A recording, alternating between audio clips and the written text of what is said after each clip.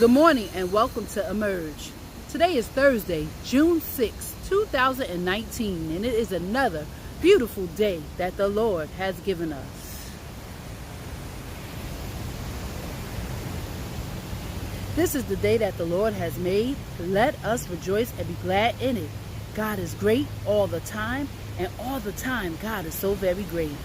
So this morning, on this Thursday, for our installation of Emerge, and for our next installment of Yes Lord, I would like to talk about Joseph, the dreamer of dreams. Joseph, the interpreter of dreams.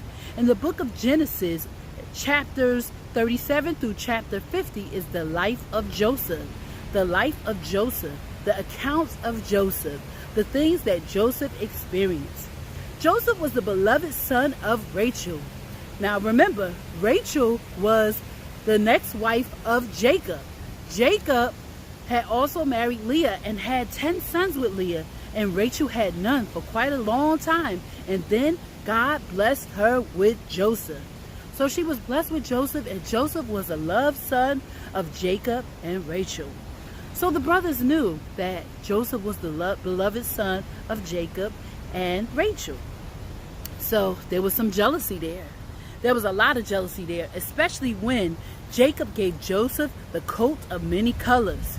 The coat of many colors, it stirred something really great in the brothers, and the brothers decided and devised a plan to do something to Joseph. So what they did was they threw him in the well and they took off the coat. And what they did was they dipped the coat in blood to give the father the belief that Joseph was gone, that Joseph was dead.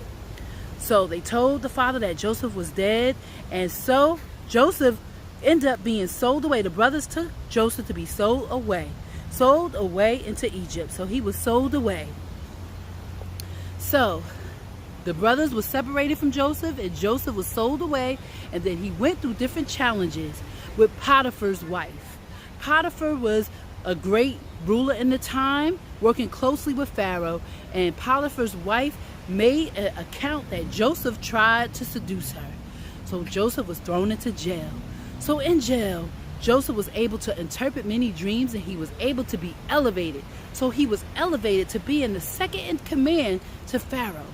So in that time, there was a famine in the land, and Jacob sent his sons, 10 of his sons, everybody except the youngest son, to Egypt to see about help with the famine.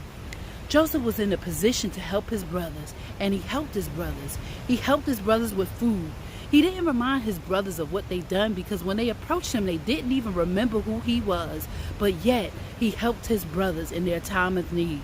Now, how many people would do that? How many people would say, yes, Lord, I'm going to help these people. I'm going to love them with the love of God.